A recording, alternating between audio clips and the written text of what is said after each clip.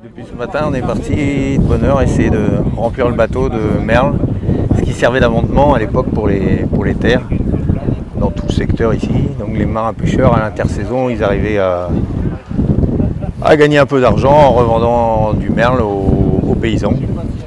Et donc c'est exactement ce qu'on a fait ce matin, ce qu'on est en train de reproduire du coup, avec un débarquement sur le petit port de Pont-Calec, là, où les charrettes à chevaux nous attendent pour après aller livrer chez les différents paysans la charretée de merle pour amender les terres.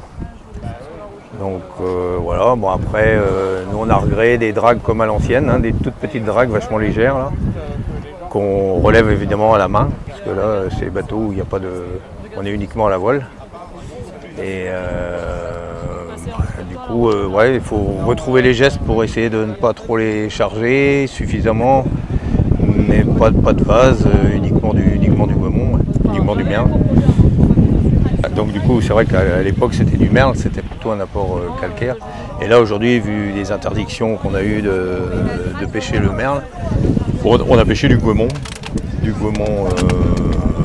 Bon, pour simuler un peu ce qui était fait à l'époque. Donc après c'est vrai qu'on a trouvé du matériel d'époque avec des dragues super légères, et donc c'est vrai qu'on a une lame ronde qui servait plus pour le pétoncle ou pour le merle. Et puis on a aussi une drame à coquille, une drague à lame, une première drague à l'époque quand à la voile ils pêchaient avec une lame pour essayer de creuser un petit peu pour déterrer les coquilles Saint-Jacques.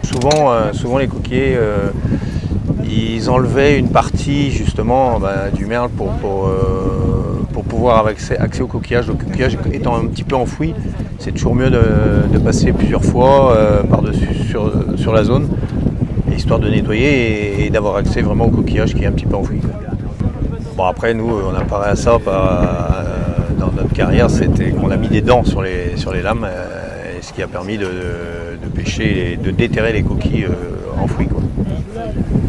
Bon, à l'époque, il n'y avait pas de dents du tout, parce que avec les dents, ils auraient pêché beaucoup trop de cailloux et tout comme ça. C'était impossible de relever à la main, quoi.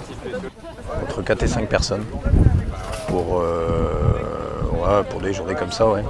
Ouais, c'était des belles journées. Hein. Je pense que les gars ils étaient bien rincés à la fin de la journée. Quand il fallait répéter ça plusieurs jours d'affilée, c'est vrai que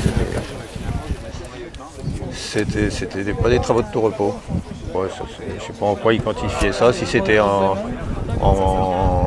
charrette ou en batelet. Ils parlaient aussi de batelet, un bateau rempli, ça c'était temps, quoi.